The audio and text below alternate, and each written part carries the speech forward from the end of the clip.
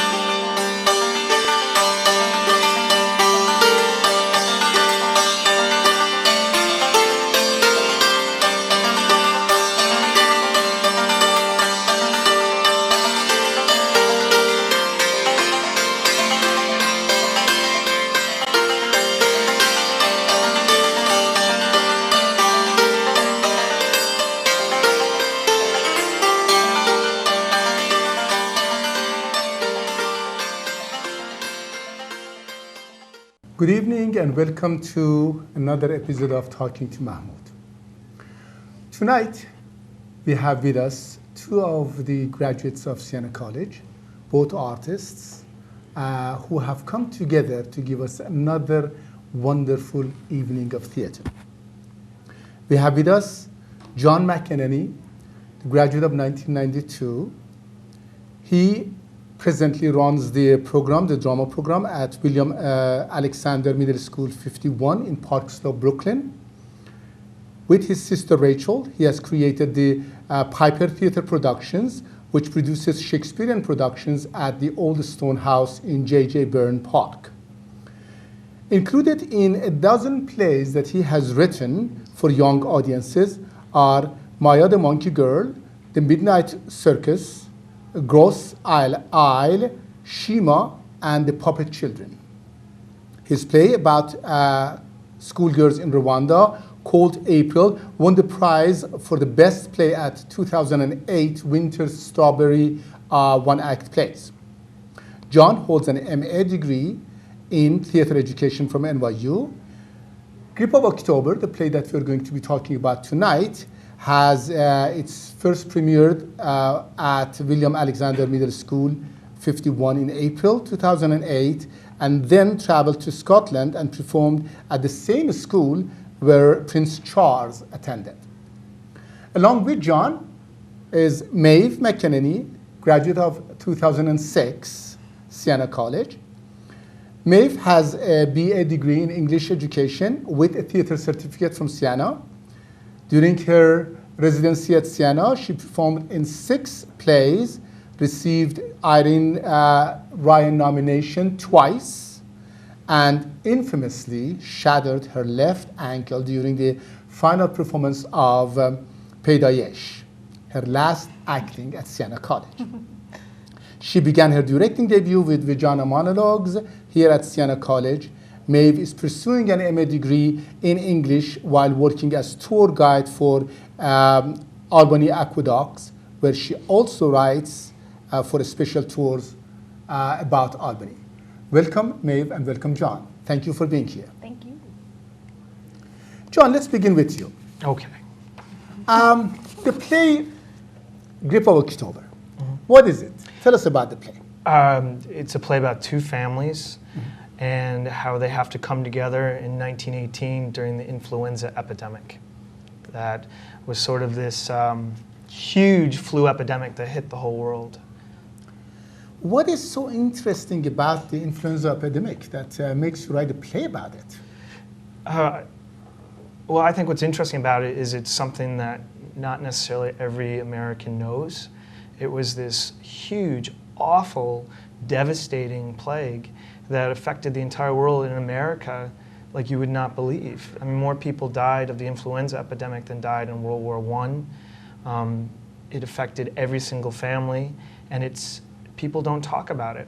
Every single family in America was touched by it in one way or another, and it was something that I only really learned about when I was maybe in my 30s. Well, John, let's look at the play. You have borrowed a lot from your grandfather, who is a World War I veteran. Now, is it really about the influenza and the people who died, or are you telling the story of your grandfather in this play? What is it? I mean, I think you're always, you know, you're always writing what you know, whether you mean to or not. And certainly, you know, I had a great-grandmother who died of rheumatoid heart disease, and she had the influenza epidemic, and she died very young as a result of it. My grandfather, my father's father, was a soldier in Virginia during World War I, and he was pretty close to death by having the influenza epidemic. So, you know, it affected my family in lots of ways. So, but I wouldn't say the play is specifically about the McEnenys. Well, you do set the play in Albany. I mean, Yeah. if it is about the influenza, I believe the influenza covered more than Albany. Why in Albany? I guess because that's the view. I mean, that's the only way to tell a big story is to find one viewer, one lens. So I think the lens I chose was close to home. I originally wrote it for middle school students in Brooklyn, and I looked into resources there. But the influenza plague was not as devastating in Brooklyn and New York City as it was in other places, because there was a yellow fever pandemic in like 1873 or so, and they also had immigration laws throughout, so they were well equipped and ready for quarantines, whereas places like Albany and Philadelphia, parts of the Midwest, were just absolutely devastated beyond belief. So it came down to really writing it. I decided to go back home and write it from that lens. And then my father spent pretty much a whole weekend with me, and we went to the Albany Public Library, the Albany Room. That's where you did your research. Yeah, and we went through like just, my God, thousands of newspapers and newspaper clippings from that time period. And my father's this like invaluable resource. So I mean, of course, if you're gonna you know, work with the best, I mean. Well, you know, what's interesting is that you write a play about 1980s, a play that takes place in 1918, and then a young director, Maeve, a young person of the 21st century, goes ahead and takes this play that's set 90 years ago. What is so interesting about that? It all really, I would say that last scene is so important with the main character of Alice. And you're saying, why is this relevant? Why is this relevant? Well, Alice tells us why. And she says at the very end, it's our job to take care of each other. And right now we're in a time of war with the war in Iraq and all these terrible things. And so what do we do? What do we do as people, those of us who aren't the soldiers? We have to take care of each other. That's our responsibility. So Alice, you know, and I'm sure John can talk a little bit about this. Alice starts out as an artist. She wants to be an actress. Well, and that's her dream. And well, what's going to happen in this time of war? What's more important? And what's more important is that we need to take care of each other. And I think that's very relevant. So the present war is how you are creating the relevance between the play and Siena and Albany and us. I wouldn't even say, I mean, the present war, sure, but I think any time of strife, anything, I think we just have to always remind ourselves, unfortunately, it's in a time of strife that we tend to need this reminder, but I think anytime we need to remember, take care of each other. And that's exactly what the character of Alice needs to learn to do. I see. Yeah. John, I have another question for you. You know, many of the plays that you read these days try to limit the characters to 2, 3, for many, many different reasons, economy being one. And here you go, writing a play with, 26, 27 characters? Are you crazy? No, I don't know what world you're talking about. I live in a world where I'm stuck in classrooms of 35 students. So my role as an educator is to make as many roles as possible. I also live in New York City, so I'm tripping over actors. So I know so many people that, you know, want to have a voice in a production. So I think it's important to have big casts. And also in terms of my market, which is education, I don't think there's enough plays out there that have large casts where you can have a large community of people putting on one particular play. Unless you do a musical or something, I think it's very powerful to have a large amount of people part of a group telling a story. It's interesting because that reminds me of the mid-20th century plays where we had so many unemployed actors, especially the plays in the African American arena that really wanted to give everybody a chance to act. Right. And they wrote all these characters. Look at, tons of plays that were written around that time. But you write your plays primarily for young audiences. Yeah, I think it's and really young important. actors. Well, I don't think that if you go through the catalogs, there's just not enough exciting, smart children's theater out there in terms of youth performances, where kids can actually be telling historic stories that haven't been told, where there's characters who are really thoughtful and struggling and close to home and close to self. And so I've sort of dedicated a lot of my life towards trying to come up with vehicles where kids can really have their imagination sort of sit in and rest in and wrestle with. And that's what this play was originally written for. I mean, it's written for a group of students to really talk about a time period in history that's not talked about, and of people who have to band together and do very brave things during a very difficult time.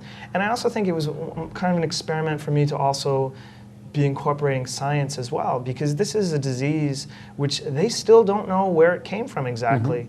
They've dug up some bodies in 1997, which they believe have some sort of elements of this bird flu.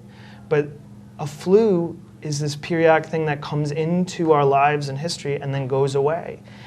There's no reason it's not going to come back. There's no reason to say that someday our lives are not going to be affected in the exact same way.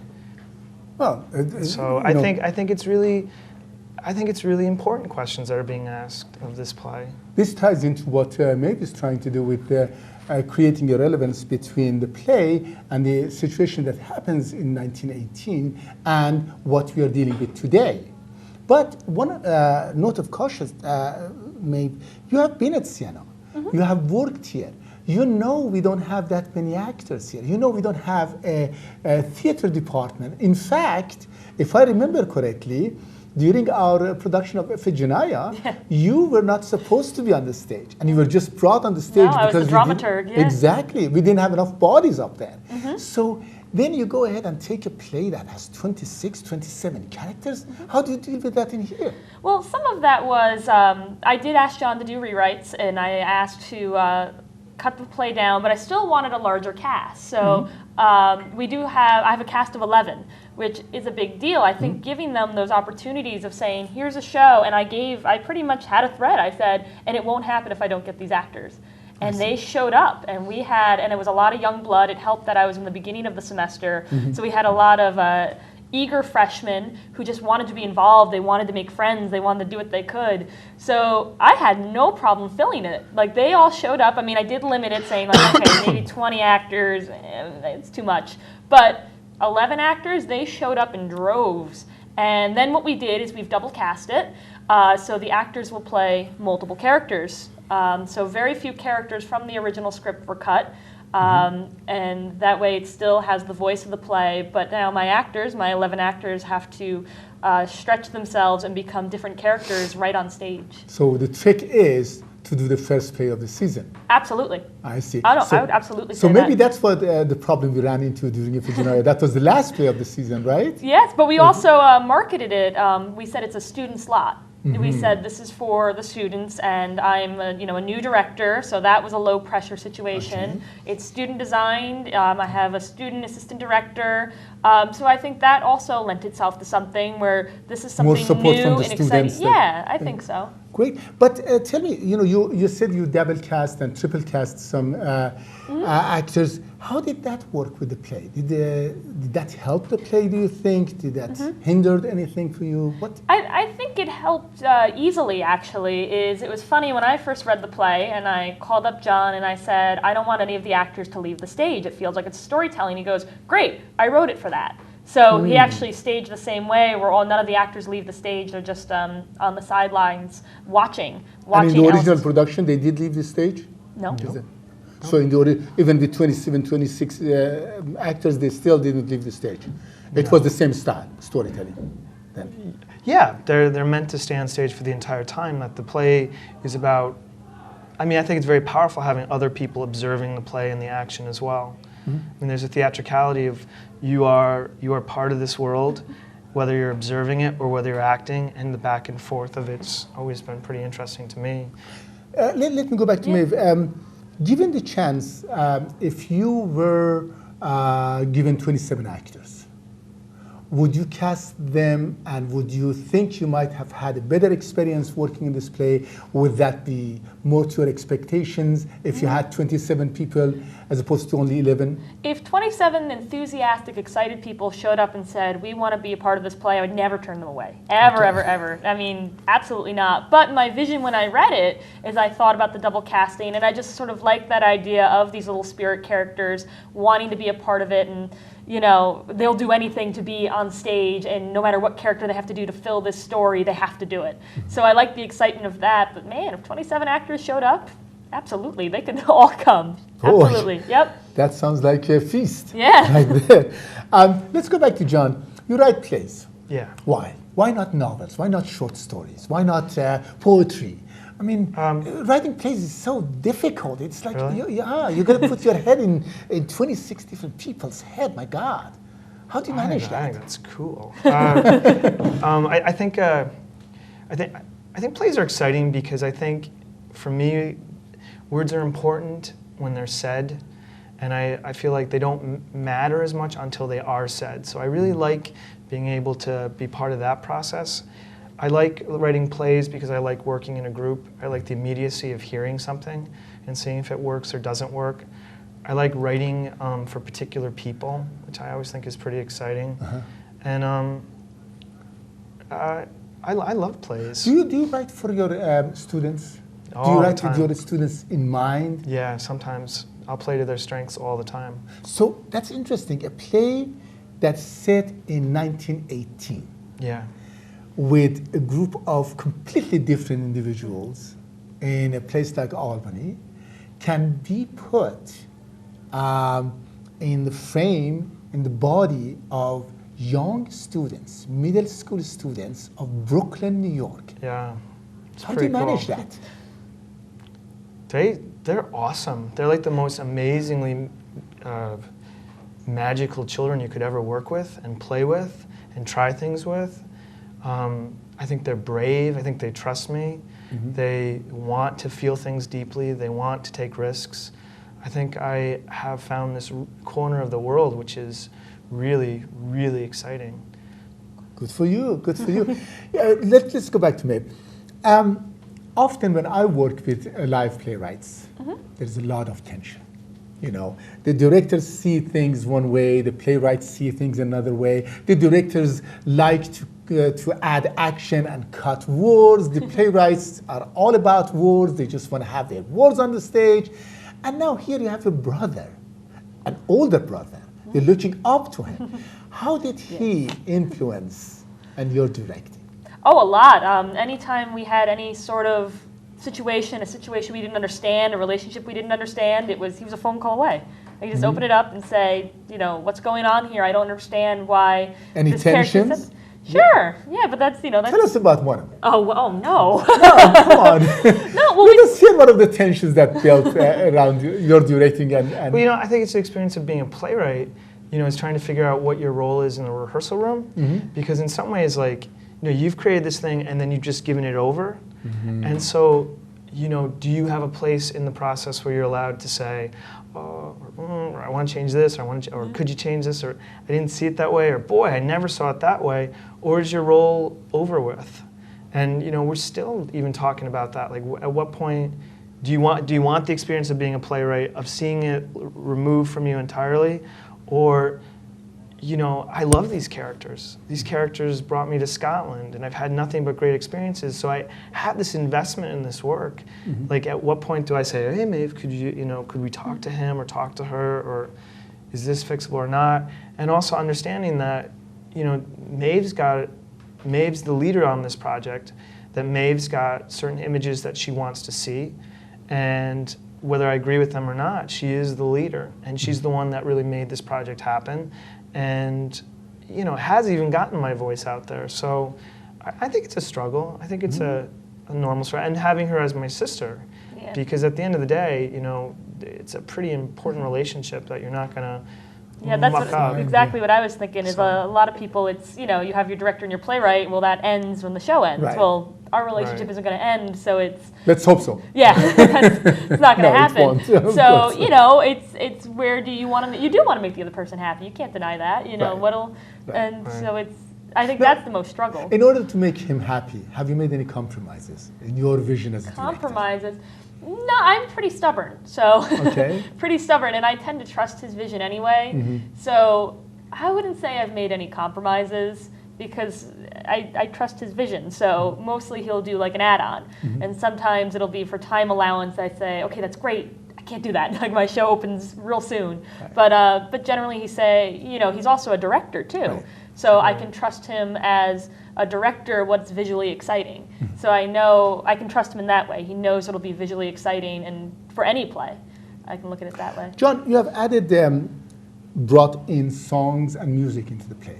Yeah. Is that because your students in Brooklyn sing, or is that a part of you trying to get them to sing, or really the play required that? Or maybe, as they do in a lot of musicals, it's a way to attract the audience to the seats. What is it? I think singing is pretty dynamic, but I think the music from this time period is really pretty telling of what was going on with the country.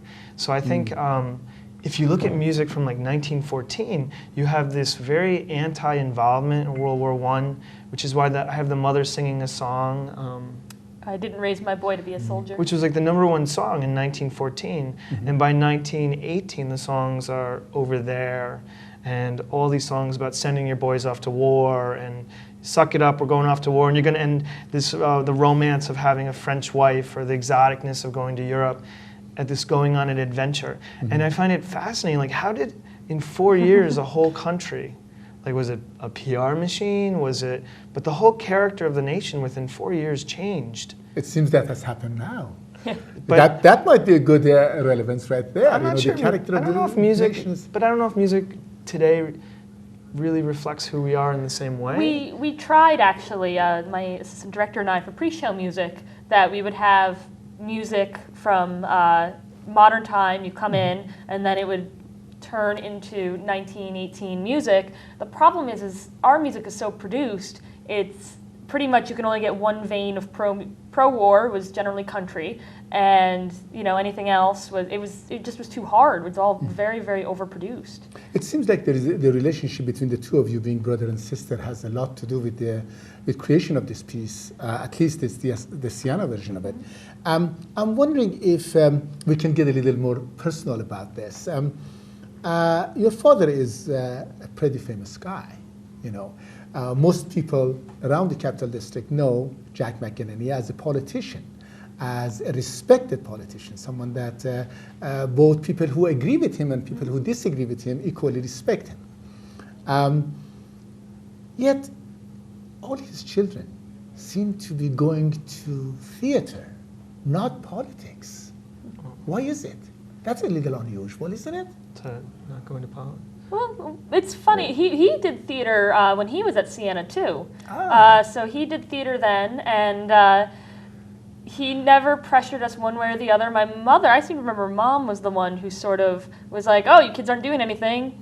Audition for the play." And that's how that started. And John was the oldest, and John was always directing from when he was little. He was always kind of directing us. And then he and Rachel started doing plays. And actually my first play here was at Siena. John needed a little girl for a play, so he brought me in, and that's how I got in. How old were you then? Oh, probably 5 or 6 or Wow. something. Yeah, that was my first play here. And, you know, but we also do politics as well. You know, I went to campaign for Obama. I shook his hand. You know, my sister's working for the congresswoman. Yeah. So it's just a matter of how we balance, and he just kind of lets us, you know. I think the only thing I think having my father be an assembly member is there was always a sense that you had to do something important with your life. Yeah. And that a certain degree of that had to be a certain degree of service. So if I'm a public school teacher or run a theater company, you know, it's something bigger than just yourself. Yeah. And I think Yeah, all we're not artists for the sake of Right. being for art. I think all of my siblings share that and getting your voice out there in the world. And for someone like me who's probably a little bit more shy than my sisters, I think writing does that, teaching does that, directing does that. So I think that's probably what my parents gave me more than being involved in specifically politics. It's wonderful. It really is wonderful to hear a couple of artists, young artists here, feeling proud about being politically active, regardless of what they think and whether or not that is something that is in line with the rest of the country. But the fact that you are not limiting yourself just to your art and you're moving the arts into politics, that's really remarkable, and I appreciate that. Anything else you want to say about the play, about the production? Anything that I haven't covered? No, everyone should come see it. It's again, I think it's exciting because we have a lot of new blood, a lot of faces that you wouldn't recognize from a Stage 3 meeting who have signed up because they wanted to support a student slot, and they're brilliant. And I'm not just saying that because I'm a director. They surprised me in more ways than one. So I think if you want to see like new, exciting theater from a new playwright with new actors, it's definitely the way to spend your weekend. Well, no doubt that we have brilliant actors at Siena, that's Yes, for of sure. course. I mean, the two of them are sitting right in here. I just want to thank you for the opportunity of putting on my play and giving it another life. And I just, as somebody that began at Siena and really began thinking about himself as an artist and what he wanted to say, and being given opportunities at a very young age to do everything in this field and to still be doing this, I'm really very proud of my experiences here at Siena College and what you're doing here by making as many opportunities for people like me at this age who wasn't sure what they were going to do. It's huge what you're doing here. Thank you, and thank you for being here, and thank you for doing what you're doing. Siena is feeling very proud. All of us in Siena really pride ourselves in giving an opportunity to young people to come in and present themselves, present their arts, and I really do hope that more of our graduates come back here and work with us. So thank you both for being here. Thank you. Well, here we are. The play, Grippe of October, will preview at Siena College and Bedoin Theatre in Foy Hall on Thursday, October the 2nd. And performances will begin October 3rd, run through October 5th. Thursday, Friday, and Saturday performances are scheduled to start at 8 p.m. and the Sunday performance is at 2. This play is free to the Siena community. Tickets are only $4 for general admission, and for more information about the play, reservation of the tickets and all that, you can contact our box office at 518-783-4242. Once again, thank you. Thank you. And thank you for being wonderful viewers for another production of Talking to Mahmood. See you next time.